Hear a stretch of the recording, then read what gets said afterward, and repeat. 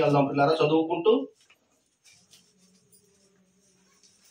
కీర్తన గ్రంథము 91వ అధ్యాయము 15వ వచనం చదువుకుంటూ ముందుకెళ్దాం. అతడు నాకు మొర్రపెట్టగా నేను అతనికి ఉత్తరమిచ్చేదను. శ్రమలో అతడు నాకు మొర్రపెట్టగా నేను అతనికి ఉత్తరమిచ్చేదను. ఎవరమ్మా? భక్తుడు మొర్రపెట్టగా దేవుడు ఏం చేస్తాడంట? ఉత్తరము ఇస్తాడట. శ్రమలో నేను అతనికి తోడై ఉండెదను. అతనిని విడిపించి అతనిని గొప్పగా చేసేదను. పిల్లరా, శ్రమ అనగా మనుషులకు ఒక్కొక్కరికి ఒక్కొక్క రకమైన శ్రమ వస్తూ ఉంటది. మనుషులకు పిల్లరా, మరి ఒకరికి అన్ని శ్రమలు వస్తాయా అంటే అలా రావు. ఒక్కొక్కరికి ఒక్కొక్క శ్రమ అనేది వస్తూ ఉంటది. కొంతమందికి అయితే ఆరోగ్య సమస్యలు, ఆరోగ్య సమస్యలు, కొంతమందికి అయితే అప్పుల సమస్యలు, కొంతమందికి అయితే కోర్టు కేసుల సమస్యలు. ఇలాగా ఒక్కొక్క మనిషికి ఒక్కొక్క శ్రమ వస్తున్నది. దేవుడు అంటున్నాడు, మరి ఆ ఎవరైతే శ్రమలో ఉన్నారో, ఎవరి హృదయం అయితే ప్రేరేపించి పిల్లరా తండ్రి అయిన దేవుని యొక్క పాదాలు చెంత, ఎక్కడ? దేవుని యొక్క పాదాలు చెంత ప్రార్థించగా ఎవరు బాధ నిమిత్తము ప్రార్థిస్తారో, ఎవరు హృదయాన్ని కుమ్మరిస్తూ ప్రార్థిస్తారో, ఎవరు సమస్యను గుర్తు పెట్టుకుని ప్రార్థిస్తారో పిల్లరా వారి సమస్యను దేవుడు పరిష్కారం చేస్తాడు. చూడండి ఎంత బాగుందో, చూడండి పిల్లరా, ఎంత బాగుందో మాట చూడండి. అతడు నాకు మొర్రపెట్టగా నేను అతనికి ఉత్తరం ఇచ్చేదను. శ్రమలో నేను అతనికి తోడై ఉండేదను. ఎప్పుడమ్మా? రోగి ఫస్ట్ డాక్టర్ గారిని ఆశ్రయించాలి. రోగి ఏం చేయాలి? డాక్టర్ గారిని ఆశ్రయించాలి. మన సమస్య ఏంటనేది ఆయనకి చెప్పాలి, మన పరిస్థితి ఏంటనేది ఆయనకి చెప్పాలి. అలాగా మనం మోకరించి పిల్లరా వైద్యులకు పరమ వైద్యుడైన యేసయ్య పాదాల చెంత మన ప్రార్థన చేసుకుని మన ఇబ్బందుల్ని, మన పరిస్థితుల్ని, మన స్థితిగతుల్ని ఆయనకి చెప్పుకున్నప్పుడు పిల్లరా పట్టు విడవకుండా మన ప్రార్థన చేస్తే ఆ ప్రార్థనకి ప్రతిఫలం వస్తుంది. పిల్లరా ఎంత బాగుందో చూడండి. ఇగో అతడు అంటున్నాడు, అతడు నాకు మొర్రపెట్టగా నేను అతనికి ఉత్తరం ఇచ్చేదను. శ్రమలో నేను అతనికి తోడై ఉండేదను. అతన్ని విడిపించి అతనిని గొప్పగా చేసేదను. ఏ బలహీనంగా ఉన్నా, హాస్పిటల్లో అతని పరిస్థితి ఎలాగున్నా ఒక్కసారి యేసయ్యకి ప్రార్థన చేస్తే పిల్లరా కింద ఉన్న మాట, ఆయనకి మంచి ఆరోగ్యాన్ని, మంచి ఆయుష్ని ఇస్తానని దేవుడు సెలవిస్తున్నాడు. చాలా మంది ఎన్నో బంధకాలు, ఎన్నో శ్రమల్లో, ఎన్నో ఇబ్బందుల్లో ఇరుక్కుపోయి ఉంటారు పిల్లరా. ఎన్నో ఇబ్బందుల్లో ఇరుక్కుపోయి ఉంటారు. ఆ ఇరుకుల్లో నుంచి, ఆ ఇబ్బందుల్లో నుంచి, ఆ సమస్యలో నుంచి బయటకు రావాలంటే ఎవరి ముందు తల వంచాలి? దేవుడు యేసయ్య యొక్క ముందు పాదాల చెంత ఎవరైతే ప్రార్థన చేస్తారో పిల్లరా యేసయ్య విడిపించడానికి సిద్ధంగా ఉన్నాడు. ఆలోచించండి పిల్లరా, ఎన్నో సమస్యలతో ఎంతో మంది ఆ సమస్యల భారం మొయ్యలేక మరణమే నాకు శరణం అనుకున్న వాళ్ళు ఎంతో మందిని నేను చూశాను. కొన్ని సమస్యలు పరిష్కారం అవ్వక, కోర్టు సమస్యలు కొంతమందికి పరిష్కారం అవ్వక, కొంతమందికి వ్యాధులు నయం అవ్వక నాకు మరణమే శరణమైన వాళ్ళు ఎంతో మందిని నేను చూశాను. ఎందుకంటే చచ్చిపోతే ఈ బాధ ఎక్కడితో విడుదలైపోతుంది, చచ్చిపోతే నేను ఈ సమస్య ఎక్కడితో మరి ముగిసిపోద్ది అనుకున్న వాళ్ళు చాలా మంది ఉన్నారు పిల్లరా. అలా చచ్చిపోతే ఎక్కడ సమస్య ముగుత్తు వెలగొన్నా కానీ మరో సమస్య తలెత్తుతుంది. అవునా కదమ్మా? ఆత్మహత్య చేసుకోవడం తప్పు కదా. కాబట్టి దేవుడు మన ఇష్టపూర్వకంగా మనం పుట్టలేదు కాబట్టి మన ఇష్టపూర్వకంగా మనము చనిపోకూడదు. కాబట్టి ఎవరు ఏ స్థితిలో ఉన్నా, మరణపు అంచుల్లో ఉన్నా పిల్లరా దేవుడు చెప్తున్న మాట చూడండి ఎంత బాగుంది. శ్రమలో నేను అతనికి తోడై ఉండేదను. ఎంత బాగుంది నా మాట అసలు. భక్తులైన వారు ఎవరైతే ప్రభు యొక్క పాదాల చెంత ఉండి ప్రార్థన చేస్తారో వారు ఏ పరిస్థితుల్లో ఉన్నా, ఏ సమస్యలో ఉన్నా ఎప్పుడైతే దేవునికి ప్రార్థన చేస్తారో వెంటనే దేవుడు విడుదల చేస్తారు పిల్లరా. ఒక పల్లెటూరులో భార్య దేవుని నమ్ముకుంది, యేసయ్యని నమ్ముకుంది. భర్త నమ్ముకోలేదు. భార్య విషజ్వరంతో బాధపడుతుంది. సుమారు 4-5 రోజులు బట్టి బాధపడుతున్న సమయంలో పిల్లరా మరి భర్త గబగబా వెళ్ళి డాక్టర్ గారిని తీసుకురావడానికి వెళ్ళాడు. భర్త ఎక్కడికి వెళ్ళాడు? డాక్టర్ గారి దగ్గరికి వెళ్ళాడు తీసుకురావడానికి. చిన్న డాక్టర్లు ఉంటారు కదా ఊళ్ళో, పల్లెటూరులో చిన్న డాక్టర్లు ఉంటారు. అలాగే గబగబా వెళ్ళినప్పుడు వర్షం కురిసేస్తుంది. ఆ వర్షంలోనే వెళ్ళాడు. ఈ భార్య అయితే మంచం మీద జ్వరంతో మూలుగుతుంది. చాలా బాగా వినాలి ఆ మాటలు. భార్య మంచం మీద విషజ్వరంతో మూలుగుతుంది. అప్పటికే సుమారు 4 రోజులు బట్టి జ్వరం. అప్పుడు భర్త డాక్టర్ దగ్గరికి వెళ్ళి డాక్టర్ గారితో మాట్లాడి తీసుకొస్తానికి వెళ్ళాడు. ఈలో మరొక డాక్టర్ వచ్చి ఇంజెక్షన్ చేసి పిల్లరా వెంటనే వెళ్ళిపోయాడు. ఎప్పుడైతే తన భర్త డాక్టర్ గారి దగ్గరికి వెళ్ళి తీసుకురావడానికి వెళ్ళాడో భార్య ప్రార్థన చేసుకుంది, నాయనా నీ చిత్తమైతే నన్ను బ్రతికించి నాకు ఆయుష్ ఇయ్యి నాయనా అని ఈ విషజ్వరంతో బాధపడుతున్నాను. ఈ చుట్టూ ప్రియులరా పల్లెటూర్లు ఎలాగ ఉంటాయంటే చుట్టూ కూడా ఇళ్ళు తక్కువగా ఉంటాయి. అంతేకాకుండా భయంకరమైన వర్షం. ఇదిగో నా భర్త నాయన డాక్టర్ని తీసుకురావడానికి వెళ్ళాడు. ప్రభువా, డాక్టర్ని మించిన పరమ వైద్యులు మీరు, నేను నాకు వైద్యం చేయండి, నన్ను బ్రతికించండి ప్రభువా, నన్ను స్వస్థపరచండి అని భార్య మంచం మీద నుండి ఏం చేసింది? ప్రార్థన చేసింది. భర్త డాక్టర్ దగ్గరికి వెళ్ళాడు తీసుకురావడానికి. ఈలోపు డాక్టర్ గారు వచ్చి వైద్యం చేశాడు, ఇంజెక్షన్ చేశాడు. ఆ తల్లిని మంచి మాటలతో బలపరిచి ఇంజెక్షన్ చేసి వెళ్ళిపోయాడు. ఈలోపు భర్త వెళ్ళి డాక్టర్ గారిని తీసుకొచ్చాడు. ఎవరు తీసుకొచ్చాడు? భర్త వెళ్ళి డాక్టర్ గారిని తీసుకొచ్చాడు. ఈలోపు భార్య అంటుంది, ఇప్పుడే కదండి అయ్యా వచ్చి డాక్టర్ గారు ఇంజెక్షన్ చేశాడు అంటుంది. అమ్మా అందరూ నా మాటలే, ఇప్పుడే కదండి అయ్యా వచ్చి డాక్టర్ గారిని తీసుకొచ్చి ఇంజెక్షన్ చేశాడు డాక్టర్ గారు వచ్చి అన్నారు.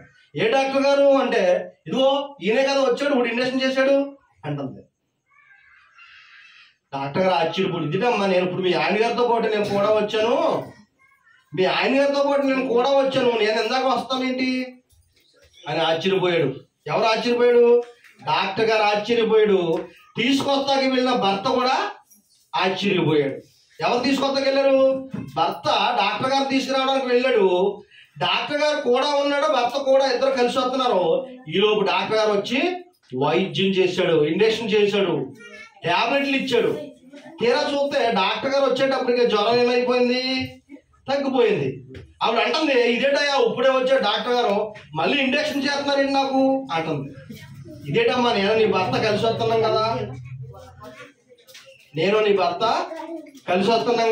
ఇంజెక్షన్ చేస్తాం ఏంటి అంటున్నాడు.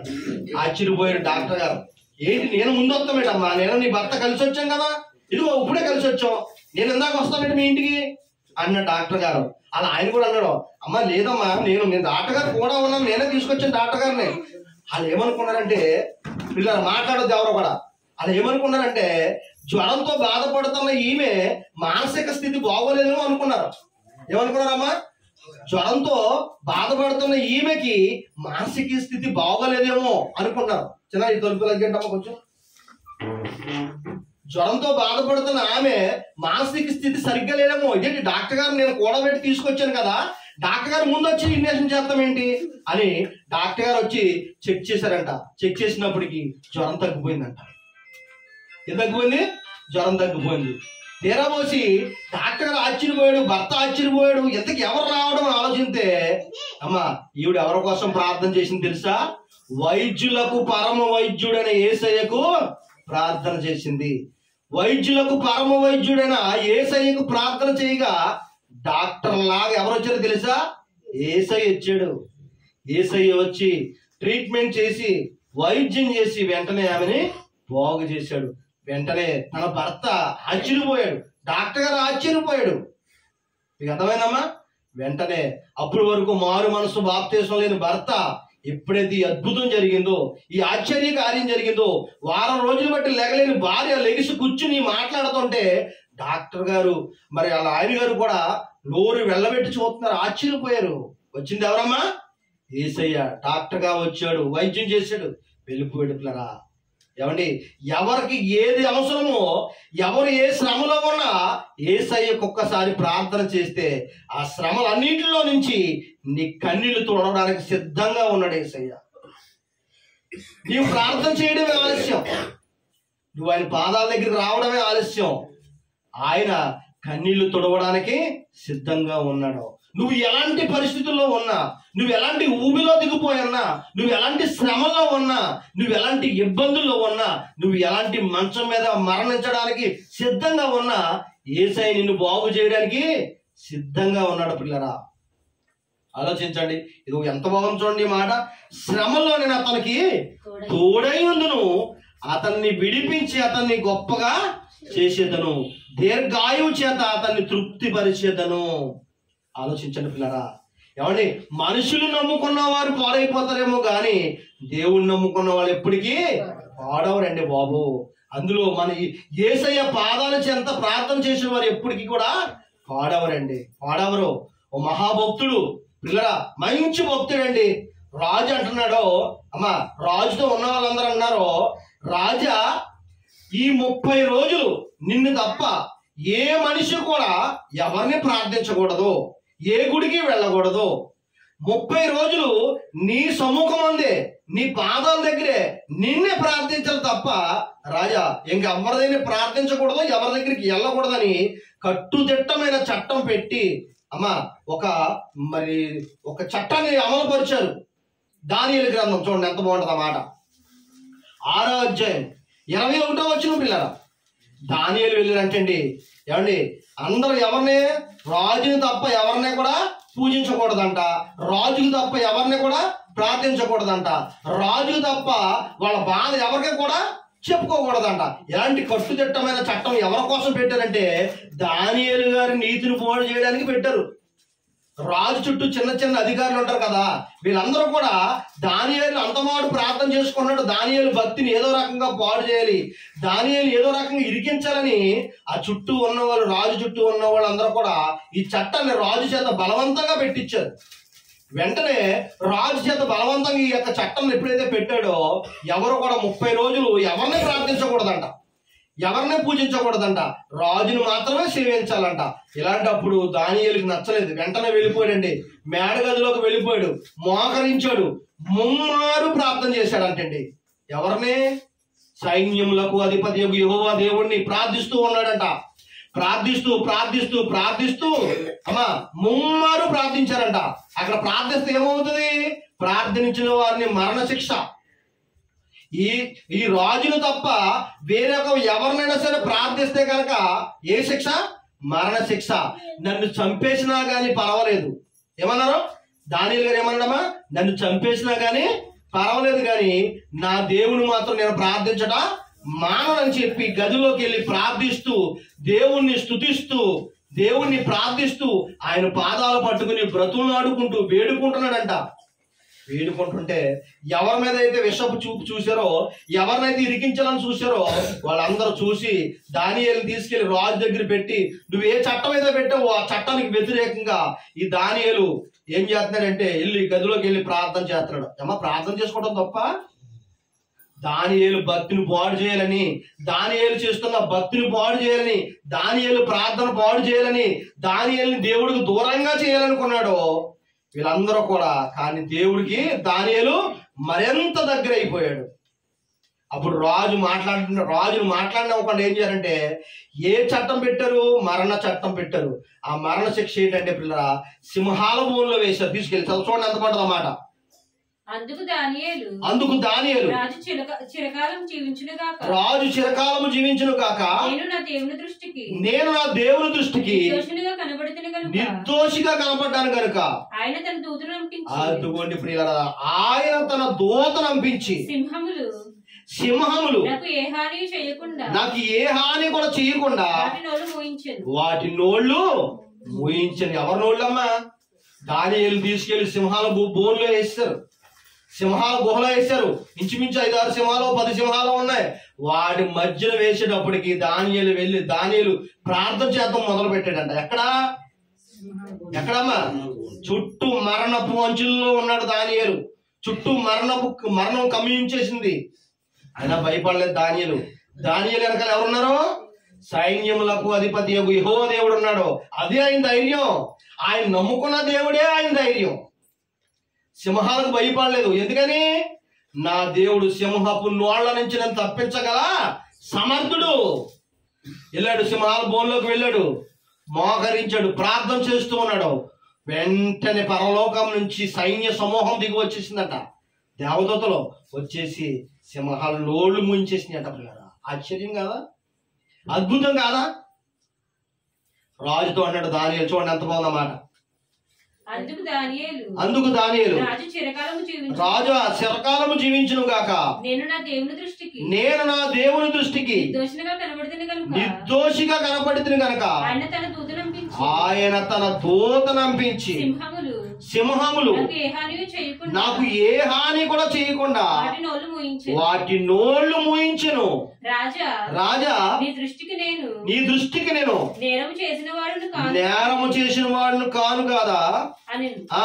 రాజు ఇందును గూర్చి సంతోషభరితుడై దానియేలును గుహల నుండి బయటకు తీయడని ఆజ్ఞ ఇచ్చంట. పిల్లలు, అంతేకాదు, ఇప్పటి వరకు ఏది దేవుని అయితే నమ్మొద్దన్నాడు రాజు, ఆ దేవుని రాజ్యం అంతా కూడా మోకరించి నమ్మాలి. సైన్యములకు అధిపతి యెహోవా దేవుని నమ్మండి అని ఏ రాజు చెప్పాడు? ఏ రాజు అయితే నమ్మొద్దన్నాడో ఆ రాజే చెప్పాడు. అంతేకాదు, ఎవరైతే దానియేలు మీదకి కుట్ర చేశారో వాళ్ళందరినీ కూడా ఆ గుహలోనే పాడేసినట్లుగా రాయబడి ఉంది. పిల్లరా, మీరు బాగా ఆలోచించాలి.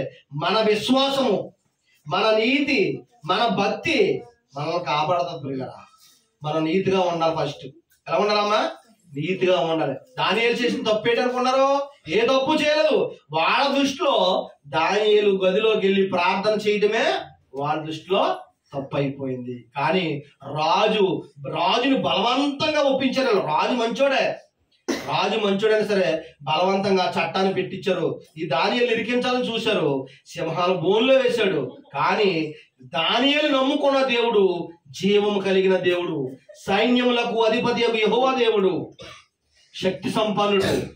దానియేలు ధైర్యం అమ్మా, ఆయన దేవుడు ఉన్నాడనే ఆయన ధైర్యం, ఆయన నీతే ఆయనకు ఆధారం, ఆయన విశ్వాసమే ఆ సింహాల నోర్లు మోయించింది. ప్రియులరా, ఈరోజు అంత విశ్వాసంగా నువ్వు ఉన్నావా? ప్రియ సహోదరుడా, సహోదరి, అంత విశ్వాసం నీలో ఉందా? అంత భక్తి నీలో ఉందా? అంత నీతిగా నువ్వు బ్రతుకుతున్నావా? ఒక్కసారి ఆలోచించు. అన్ని నాకే సమస్యలు, అన్ని నాకే ఇబ్బందులు నువ్వు అనుకుంటున్నావేమో. ఒక్కసారి యేసయ్య పాదాల చెంత ఒక్కసారి మొరపెట్టు. నీ బాధ, నీ చింత దేవుని సన్నిధిలో ఆయన పాదాల చెంత నీ హృదయాన్ని కుమ్మరించు. ప్రియులారా, ఆలోచించండి. ఇదిగో దానియేలుని భయంకరమైన సింహపు నోళ్ల నుంచి దేవుడు తప్పించాడు, దానియేలు రక్షించాడు. దానియేలు మరి ఆ రాజు దృష్టిలో ఎంతో గొప్పగా మంచి అధికారం పొందాడు. కింద మనం చదువుకున్న మాటల్లో చూసా కదా, శ్రమలో నేను అతనికి తోడై ఉందును, అతనికి నేను ఉత్తరం ఇచ్చేదను, అతని ప్రార్థనకు నేను స్పందిస్తాను, అతని సమస్యను నేను పరిష్కారం ఇస్తాను, దీర్ఘాయుష్ను ఇస్తానని దేవుడు వాగ్దానం చేసినట్టుగా దానియేలు జీవితంలో జరిగింది. పిల్లరా, దానియేలుకు మంచి ఆయుష్ ఇచ్చాడు దేవుడు, మంచి ఉద్యోగాన్ని ఇచ్చాడు, అలాగే రాజు దృష్టిలో గొప్పగా ఎదిగించాడు. ఆలోచించండి, మనం నమ్ముకున్న దేవుడు అంత బలమైన దేవుడు. పిల్లరా, అందుకు మనం అంత బలంగా విశ్వాసించాలి. దేవుడు ఏం చేయాలమ్మా? బలంగా మనం విశ్వాసించాలి. అపోస్తులైన పౌలు గారి జీవితంలో అనేక మందిని ఊచకోత కోచాడు. క్రైస్తవుల్ని, దేవుణ్ణి నమ్ముకున్న వాళ్ళందరినీ కూడా ఊచకోత కోస్తున్నప్పుడు పిల్లరా దమస్కకు బయలుదేరాడు. ఒక కట్టుదిట్టమైన చట్టాన్ని అమలు పరచడానికి దమస్కకు బయలుదేరాడు రథం మీద వెళ్తున్న సమయంలో. చూడండి, అపోస్తుల కార్యాలు 9వ అధ్యాయం 3వ వచనం. పిల్లరా, అతడు ప్రయాణం చేయుచుండగా, అపోస్తుల కార్యాలు 9వ అధ్యాయం 3వ వచనం. అతను ప్రయాణము చేయుచు దమస్కు దగ్గరకు వచ్చి అకస్మాత్తుగా ఆకాశము నుండి ఒక వెలుగు అతని చుట్టూ ప్రకాశించనంటండి. అప్పుడు అతడు నేల మీద పడి సౌలా నీవేళ నన్ను హింసించుచున్నావు, తనతో ఒక స్వరము పలుకుట వినెను.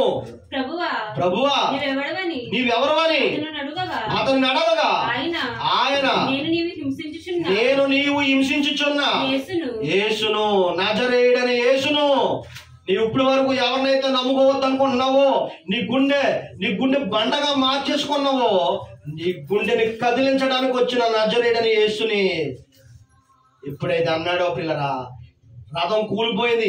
ఆ యొక్క మెరుపు చూడగానే, ఆ పక్కన మెరుపు చూడగానే రథం కూలిపోయింది. ఒకే ఒక్కసారిగా అతను కళ్ళు ఏమైపోయి బయలు గమ్మేసినాయి పిల్లరా. వెంటనే ఏం చేశాడు తెలుసా అమ్మా?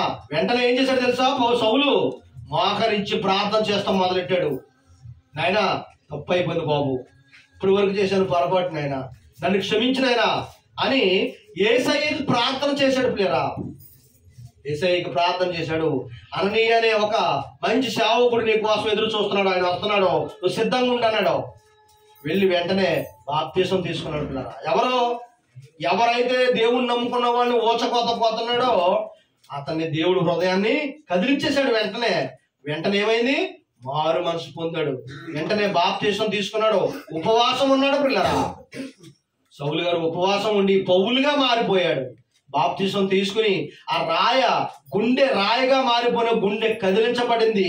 కొత్త మనసు వచ్చింది పౌలు గారికి పిల్లరా. ఈరోజు నీ హృదయము రాయిలా మారిపోయిందేమో చూసుకో. దేవునికి దూరంగా ఉన్నావేమో చూసుకో పిల్లరా. దేవుని హృదయంలోకి రావాలంటే నీ హృదయాన్ని ఆయన కోసం తెరవాలి, నీ మనసు ఆయనకి ఇవ్వాలి. వాక్యాన్ని నీ హృదయంలో పెట్టుకుంటే పిల్లరా ఆయన నీతో మాట్లాడతాడో. ఇదిగో పౌలు గారితో మాట్లాడిన దేవుడు నీతో నాతో మాట్లాడతాడు పిల్లరా. నీ సమస్యలు, నీ కన్నీళ్లు తొడవడానికి దేవుడు సిద్ధంగా ఉన్నాడు. ఆయన సిలువ వేయబడ్డాడు పిల్లరా. అనేక మందికి కనిపించాడు. అందరూ చూస్తుండగా పరలోకం వెళ్ళిపోయాడు. పరలోకం వెళ్ళిన ప్రభువు మరలా సౌలు గారి కోసం ఆలోచించండి ఒకసారి. సౌలు గారికి కనిపించాడు, మరలా ఆయనతో మాట్లాడాడు పిల్లరా. పక్కన వాళ్ళందరికీ శబ్దం వినపడిందంట. మెరుపు చూశారంట, మాట వినపడలేదంట. పక్కనున్న సైన్యానికి ఆ యొక్క మెరుపు కనిపించింది కానీ, ఆ వెలుగు కనిపించింది కానీ మాట వినపడలేదంట. కానీ స్వరం ఎవరికి వినపడింది? పౌలు గారు ఒక్కరికే వినపడింది పిల్లరా. వెంటనే పౌలు గారిని ఒక ఆయుధముగా, ఒక పనిముట్టుగా దేవుడు మార్చేయడం జరిగింది. వెంటనే పౌలు గారు వాక్యాన్ని ప్రకటిస్తున్నారు. అనేక చోట్ల వాక్యాన్ని ప్రకటిస్తుంటే పిల్ల యెరూషలేములో ఉన్న కొంతమంది తీసుకెళ్లి కొట్టేశారు. కొట్టేసిన తర్వాత యెరూషలేము ప్రాంతం నుంచి మరొక చాటకి పౌలు గారిని రోమ ప్రభుత్వాన్ని తీసుకెళ్లారు. చూద్దాం, అది కూడా చూద్దాం. చూడండి ఎంత బాగుంటుంది అన్నమాట. 23:11.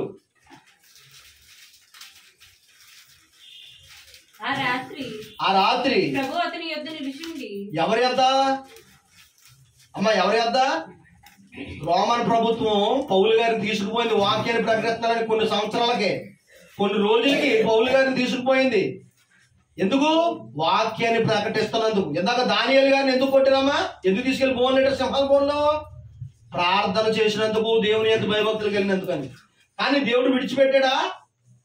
సింహాలకు వదిలేశాడా? దానియేలుని రక్షించాడు. ఎక్కడైతే దానియేలుని తల ఎత్తుకునేలా చేశాడు దేవుడు.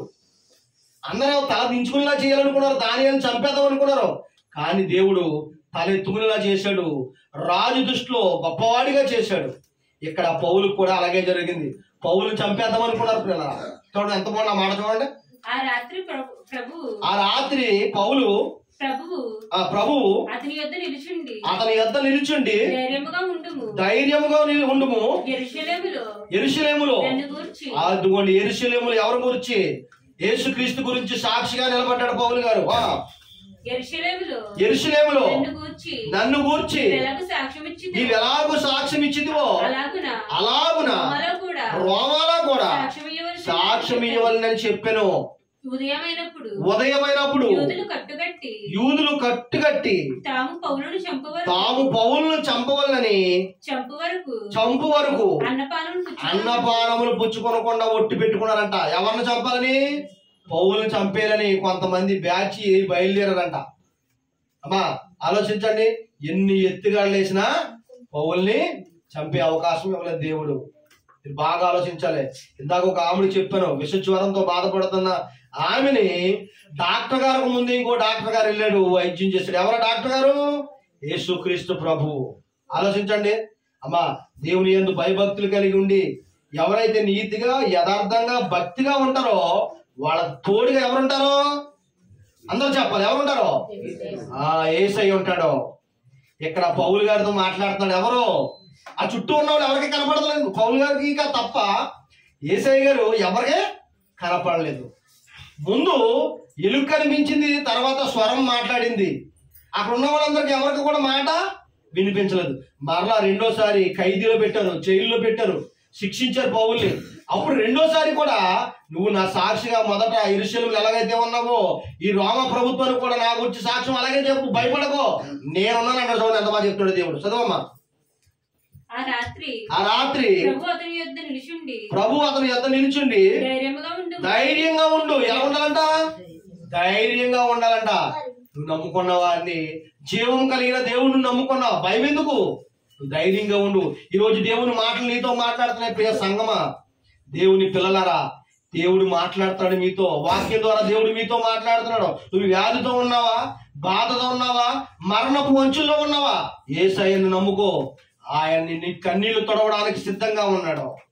నువ్వు ఏ పరిస్థితుల్లో ఉన్నా ఆయనకు ఒక్కసారి ప్రార్థన చేయి.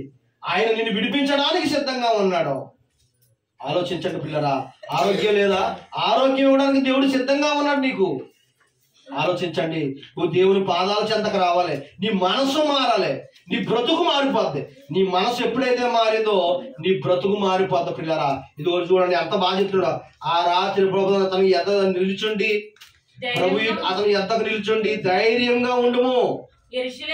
యెరూషలేములో నన్ను గూర్చి నీవెలాగూ సాక్ష్యం ఇచ్చావో అలాగున రోమాలో కూడా సాక్ష్యం ఇవ్వాలని చెప్తున్నాడు. ఇది ఎక్కడున్నాడు పౌలు గారు? అమ్మ ఎక్కడున్నాడు చెప్పాలి. ఎక్కడున్నాడు? జైల్లో ఉన్నాడు.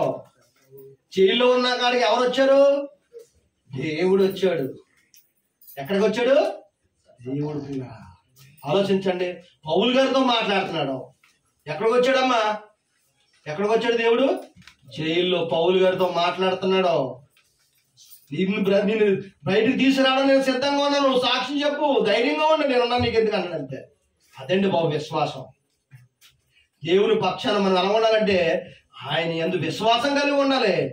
సైన్యంలోకి అధిపతి యెహోవా దేవుడు మన వెనకాల మనకు భయం ఏంటి అని ధైర్యంగా ఉండాలి పిల్లరా. ఏ సమస్య వచ్చినా ఎదుర్కోవడానికి సిద్ధంగా ఉండాలి. ఎందుకంటే మన వెనకాల ఉన్నవాడు మహాబలవంతుడు, జీవం కలిగిన తండ్రి. ఆలోచించండి పిల్లరా. పౌలు గారు అంత ధైర్యంగా ఉన్నాడు చూడండి. ఆ జైలు గోడలో ఎవరు మాట్లాడుతున్నారు? పౌలు గారితో దేవుడు మాట్లాడుతున్నాడు పిల్లరా. అప్పుడు విడిచిపెట్టాడా? జైల్లోకి వెళ్ళిపోతే విడిచిపెట్టాడా? విడిచిపెట్టలేదు. కింద పడిపోతే విడిచిపెట్టాడా? విడిచిపెట్టలేదు. సింహాల బోర్లో విడిచిపెట్టాడా? ఆలోచించండి. ధైర్యంగా ఉండాలి పిల్లరా, విశ్వాసంగా ఉండాలి. నువ్వు నీతిగా, నువ్వు భక్తిగా ఉంటే అదే నీకు ధైర్యం. నువ్వు నీతిగా, భక్తిగా, విశ్వాసంగా ఉంటే దేవుడు నాకు ఉన్నాడనే ధైర్యం నిన్ను రక్షిస్తుంది. నువ్వు భయపడుతున్నావు అంటే నువ్వు ఏదైనా తప్పు చేస్తున్నావేమో, నీలో విశ్వాసం లేదంటే నువ్వు ఇంకా పొరపాటు చేస్తున్నావేమో, నువ్వు ఇంకా పాపంలో ఉన్నావేమో. నువ్వు పాపంలో లేకపోతే దేవుడున్న ధైర్యం నిన్ను మరింత బలపరుస్తుంది. నీ కన్నీళ్లు తొడవడానికి దేవుడు ఉన్నాడు, యేసయ్య ఉన్నాడు. అది గుర్తుపెట్టుకో ప్రియ సంగమా. ఇది ఇక్కడ అంటున్నాడు ధైర్యంగా ఉండు. ఎంత బాగుంది నా మాట. పౌలు గారు కూడా ఉన్నాడండి దేవుడు. దానియేలు కూడా ఉన్నాడండి దేవుడు. ఉన్నాడా లేడమ్మా? దానియేలు విడిచిపెట్టాడా? విడిచిపెట్టలేదు. సింహాలలో మూయించేశాడు. దానియేలు మోకరించి ప్రార్థన చేస్తున్నాడు. ఒక నీతిమంతుని విజ్ఞాపన మానపూర్వకమైనది, బహుబలం గలదై ఉంటుందంటమ్మా. మనం చేసే ప్రార్థన, విశ్వాసం కలిగి చేసే ప్రార్థన, నీతిగా చేసే ప్రార్థన, భక్తిగా ఉండి చేసే ప్రార్థన మహాశక్తివంతమైంది.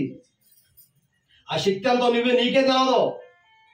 ఆ శక్తి ఎంతో నీకే తెలదు. మహాశక్తిమైన ప్రార్థన. ఇదిగో భక్తులు చూసి మనం ముందుకెళ్ళాలి పిల్లరా. సింహాల బోన్లో ఉండి చుట్టూ మరణపు అంచులు అల్లుకున్నా గాని అమ్మా దానియేలు గారు ఏం చేశాడు? ప్రార్థన చేశాడు. వెంటనే పరలోకం నుంచి దేవదూతలు దిగొచ్చి సింహాలు లోళ్ళు ముంచేసినాయి. ఇక్కడ పౌలు గారు జైల్లో ఉన్నారు. చుట్టూ అనేక మంది పౌలు గారిని చంపేయడానికి సిద్ధంగా ఉన్నారు. కానీ దేవుడు ఏమన్నాడు? నీకెందుకు, ధైర్యంగా ఉండి నేనున్నాను నీకు. ఏం మాట్లాడండి బాబు, అసలు ఏం మాట్లాడండి. మన జీవితంలో ఇలాంటి వారిని ముందు పెట్టుకొని పిల్లరా. ఎలాంటి విశ్వాసం కలిగి మన జీవితాలు ముందుకెళ్ళాలి? ఆలోచించండి. మనం నీతిగా ఉండాలి, భక్తిగా ఉండాలి, విశ్వాసంగా ఉండాలి పిల్లరా. తప్పు చేయకుండా ఉండాలి. నువ్వు ఎప్పుడైతే తప్పు చేయకుండా ఉంటావో నీ ధైర్యం మరింత బలాన్ని ఇస్తుంది, మరింత విశ్వాసాన్ని ఇస్తుంది నీ ధైర్యం. దేవుడు ఉన్నాడని ధైర్యంగా ఉండండి. ఏ సమస్య వచ్చినా ఆయన చూసుకుంటాడు. ఎందుకంటే మనతో ఉన్నది ఎవరో? జీవము కలిగిన దేవుడు మనతోనే ఉన్నాడు. అమ్మా, మనతోనే ఉన్నాడు. పౌలు గారి దగ్గర లేడా దేవుడు? పౌలు గారితో మాట్లాడలేదా? పౌలు గారితో నేను ఉన్నానని చెప్పలేదా? సింహానుభవంలో లేడా దేవుడు? ఉన్నాడా లేదమ్మా? రక్షించడానికి ఆయన హస్తం ఉందా లేదా? అంత గొప్ప దేవుడిని నమ్ముకున్నాం మనం ప్రియులరా. మనం ధైర్యంగా విశ్వాసంగా ఉందాం. ఈ చిన్న వాక్యం దేవుడు దీవించును గాక. ఆమేన్.